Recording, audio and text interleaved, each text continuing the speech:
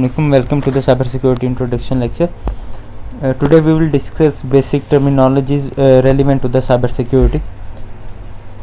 जैसे definition and principal की slide अगर हम डिस्कस करें तो उसमें हमें जो मिलता है, आप देखें साइबर क्राइम लिखा हुआ है। साइबर क्राइम बेसिकली हम कहते हैं कोई भी एक ऐसा एक्ट जो कि कंप्यूटर्स को यूज़ करते हुए या आईसीटी को, इंफॉर्मेशन एंड कम्युनिकेशन टेक्नोलॉजीज़ को यूज़ करते हुए कमिट किया जाता है। जिस तरह एक क्राइम हम कहते हैं कोई भी चीज़ अगेंस्ट द लॉ जो चली जाती है, दैट इज़ अ क्राइम। तो साइबर क्राइम भी इसी तरह होता है। कुछ साइबर लॉज बने हुए हैं जिनके अगेंस्ट जब कोई काम किया जाता है वो साइबर क्राइम कंसीडर किया जाता है। फॉर एग्जांपल किसी की पिक्चर को कॉपी करके पेस्ट कर देना सोशल मीडिया पे, या किसी के डॉक्यूमेंट्स को चेंज करके देना उसमें आगे, तो ये भी साइबर क्राइम में आता है। टाइप्स में अगर आप देखें तो illegal interception of data, for example अगर दो पार्टीज़ या दो पर्सन्स जो हैं वो आपस में कम्युनिकेट कर रहे हैं और आप उसको इंटरसेप्ट करते हैं, रीड करते हैं विदाउट देयर परमिशन, कोई भी अनऑथराइज एक्शन जो है बेसिकली वो हम साइबर क्राइम में मोस्ट ऑफ द टाइम ले रहे होते हैं। सिस्टम इंटरफेरेंसेस, कोई सिस्टम है आपने उसमें कोई ट्रोजन, बैकडोर वगैरह आगे हम डिस्कस करेंगे वो इंसर्ट किया हुआ है, तो ये भी इसमें साइबर क्राइम में आता है। कॉपीराइट इन्फ्रेगमेंटेशन, किसी चीज़ की प्रॉपर्टी है, किसी और पर्सन की प्रॉपर्टी है जिसको आप अपनी प्रॉपर्टी करके उसको यूज़ कर रहे हो या पोस्ट कर रहे हो, फॉर एग्जांपल यूट्यूब वीडियोस या वैसे जो वीडियोस होती हैं, इसमें भी कॉपीराइट इन्फ्रेगमेंटेशंस आ जाती हैं।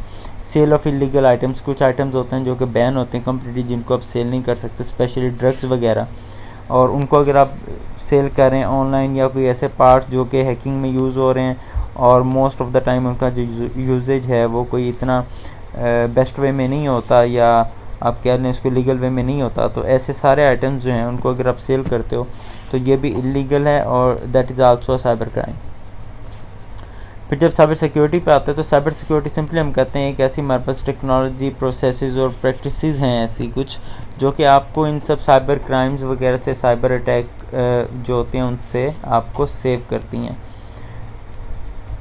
इसका बेसिक जो एम होता है वो यही होता है कि आपके पास जितने भी एडवर्सरी जो होता है, जितनी वो एक्शंस आपके अगेंस्ट ले रहा है आपके सिस्टम को हैक करने के लिए, आपके सिस्टम में एंटर होने के लिए, या आपके डाटा को हैक करने के लिए, लीक करने के लिए, इसको किसी भी पर्पस के लिए यूज़ करने के लिए विदाउट योर परमिशन, इन सब एक्शन से वो आप लोगों को जो है वो कंट्रोल करे और सेपरेट रखे।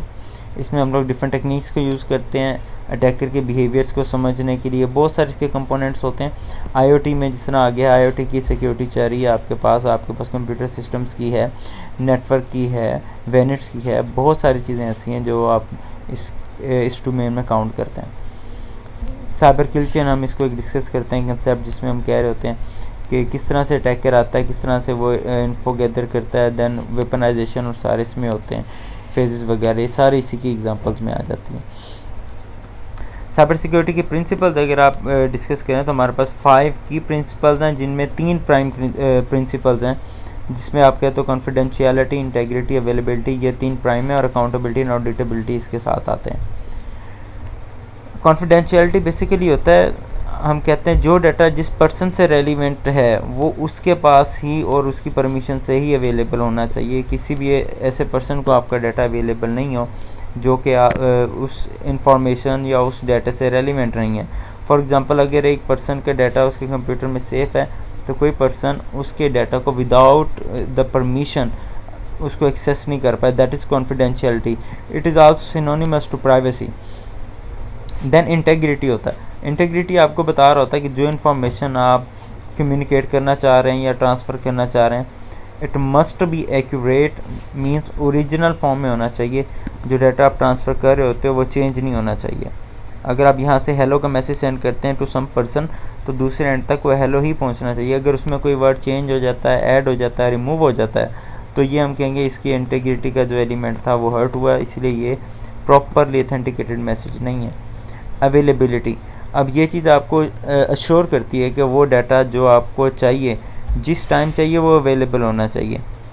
फॉर एग्जांपल अगर आप कोई वेबसाइट से कोई रिसोर्स रिक्वेस्ट करते हैं, अगर वो अवेलेबल नहीं है तो उस रिसोर्स का हमें कोई फ़ायदा नहीं है। इसलिए हम कहते हैं हमारा जो डाटा जिधर अवेलेबल है, जब हम उसे चाह रहे हों तो तब वो हमारे पास अवेलेबल होना चाहिए। अकाउंटेबिलिटी, बेसिकली कुछ पर्सन्स होते हैं जो कि किसी चीज़ के रिस्पॉन्सिबल होते हैं, तो अगर उसके अगेंस्ट, फॉर एग्जांपल एक पर्सन जो आपके सिस्टम को मैनेज कर रहा था, अगर वो पर्सन उस सिस्टम को सही से मैनेज नहीं कर पाया और वो हैक हो जाता है, तो इसके लिए हम कहते हैं भी कौन अकाउंटेबल है, कौन इसका रिस्पॉन्सिबल है, कौन इसको बताएगा, यही चीज़ अकाउंटेबिलिटी में आती है। Accountability is an assurance that an individual or an organization will be evaluated on their performance or behavior related to something for which they are responsible। जो रिस्पॉन्सिबिलिटी थी अगर अब वो प्रॉपरली नहीं करेंगे तो जो पर्सन उसका रिस्पॉन्सिबल होता है वो उसको उसने रिस्पॉन्स करना होता है, उसने बताना होता है कि अगर कोई चीज़ ख़राब हुई है तो क्यों हुई है। ऑडिटेबिलिटी, a security audit is a systematic evaluation of the security of a company information systems। आपके पास जो कंपनी का इंफॉर्मेशन सिस्टम चल रहा होता है जिसमें आपकी सारी इन्फॉर्मेशन होती है, इसको प्रॉपरली जो है एवेल्यूएट किया जाता है अगेंस्ट सम स्टैंडर्ड्स। आप देखें फॉर एग्जांपल अगर हम कहते हैं कि आपके पास एक सिस्टम जो है वो आप इंस्टॉल एक साइबर लैब आप इस्टेब्लिश करें और उसके लिए आपको फंडिंग दी जाती है। जो फंडिंग आती है आपको वो कोर i7 के हिसाब से आती है, तो आप कहते हैं जी रिपोर्ट बना के दें, हमने वो सिस्टम्स इंस्टॉल कर दिए।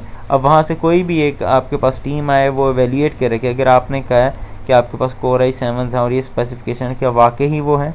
इसी तरह जब आप सिक्योरिटी के स्टैंडर्ड्स को इम्प्लीमेंट करते हैं तो हम उसमें देखते हैं जो आपने स्टैंडर्ड्स का वह इम्प्लीमेंट किए हुए वाकई में वो किए हुए या नहीं किए हुए, इसमें कोई ऐसे डाटा लीक के चांसेस तो नहीं है, तो ये हम ऑडिटेबिलिटी कहते हैं इसको।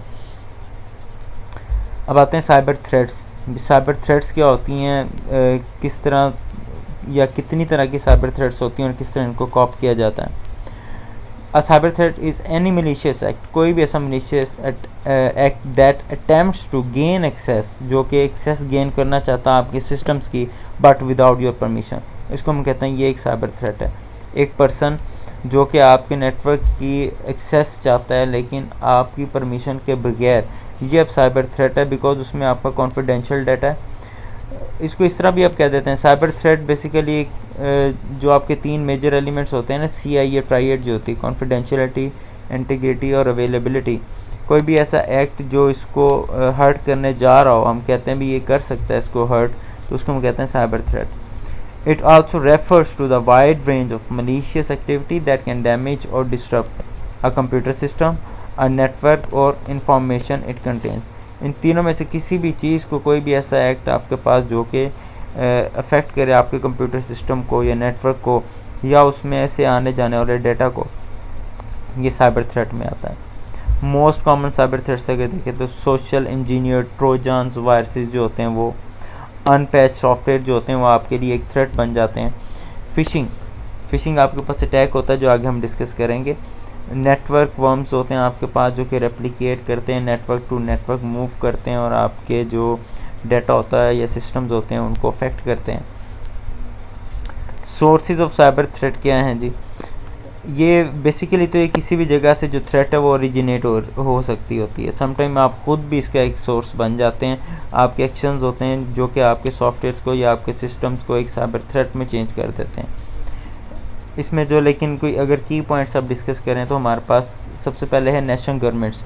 जो साइबर थ्रेट्स हैं गवर्नमेंट्स को, नेशनल गवर्नमेंट्स की तरफ से भी आ सकते होते हैं।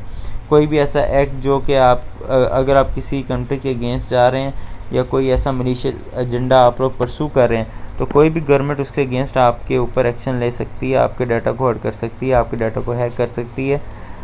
तो इसमें नेशनल गवर्नमेंट्स भी इसका एक साइबर थ्रेट का बड़ा एक जो है वो सोर्स है। टेररिस्ट आपकी इन्फॉर्मेशन ले सकते हैं, लीक कर सकते हैं, ख़राब कर सकते हैं और उसको फिर बाद में अपने हिसाब से यूज़ कर सकते हैं, उसको सेल आउट कर सकते हैं। इंडस्ट्रीज़ के सीक्रेट एजेंट्स जो होते हैं, बिकॉज करंटली जो है वो डाटा वॉर चल रही है, आपके पास जितना ज़्यादा डाटा जिसके पास है उतना ज़्यादा वो स्ट्रॉन्ग कंट्री जो है उसको स्टैंड कर रहा है। तो ये भी इसमें एक बड़ा इंपॉर्टेंट फैक्टर है। रॉग एम्प्लॉइज, ऐसे एम्प्लॉय जो कि आपको फ्रॉडुलेंट एक्टिविटीज़ में इन्वॉल्व होते हैं, आपकी कंपनी में रहते हुए आपके अगेंस्ट भी काम कर रहे होते हैं मोस्ट ऑफ द टाइम, और जो कि किसी तरह इम्पर्सोनेट कर रहे होते हैं किसी और पर्सन को, ये भी हम कहते हैं रॉग एम्प्लॉइज़ में आते हैं। और ये भी एक थ्रेट है आपके लिए, बिकॉज अगर वो आपके साथ रहते हैं, आपके कंपनी कल्चर में रहते हैं, वो आपकी चीज़ें देखते हैं, सुनते हैं, समझते हैं और देन उसके अगेंस्ट जो है स्ट्रेटजी लेके आते हैं। हैकर्स हमारे पास ऐसे टेक्निकल पर्सनल्स होते हैं जो कि हाईली स्किल्ड होते हैं, लेकिन सम टाइम जो है वो मलिशियस वे में अपनी एक्सपर्टीज़ को यूज़ करते हैं ताकि लोगों का डाटा चुरा सकें या स्टील कर सकें या हैक कर सकें। बिजनेस कंपेटिटर्स एक दूसरे के डाटा के ऊपर जो है उसको प्रॉपर्ली मॉनिटर करते हैं, एक्सेस करना चाह रहे होते हैं ताकि बिज़नेस में कंपेटिटिव एडवांटेज हासिल करें। ऑर्गेनाइजेशन इनसाइडर सबसे बड़ा साइबर थ्रेट ये होते हैं। अब ये होते कि इनसाइडर्स जो हैं, आपके पास कुछ एम्प्लॉइज़ होते हैं ऐसे जो कि आपकी कंपनी में काम कर रहे होते हैं, but they are not loyal to your company, they are not loyal to your culture. तो वो क्या करते हैं, वो आपकी इन्फॉर्मेशन जो है वो बाहर सेल आउट भी कर सकते हैं, भेज भी सकते हैं। ये कुछ ऐसे एम्प्लॉइज़ भी हो सकते हैं जो जेन्युइनली आपके एम्प्लॉइज़ थे, then because of some issues वो आपके अगेंस्ट हो गए, या कुछ ऐसे इम्प्लांटेड भी होते हैं जो कि दूसरे बिजनेस कंपेटिटर्स जो हैं वो आपके ऑफिस में भेजते हैं उनको आपके इन्वायरमेंट को समझने के लिए और उसके प्रोज एंड कॉन्स को जानने के लिए। कोई भी पर्सन जिसका कोई एक मोटिव है और उसको टेक्नोलॉजी यूज़ करनी आती है, वो किसी भी तरह से कोई भी एक साइबर थ्रेट जो है उसको ओरिजिनेट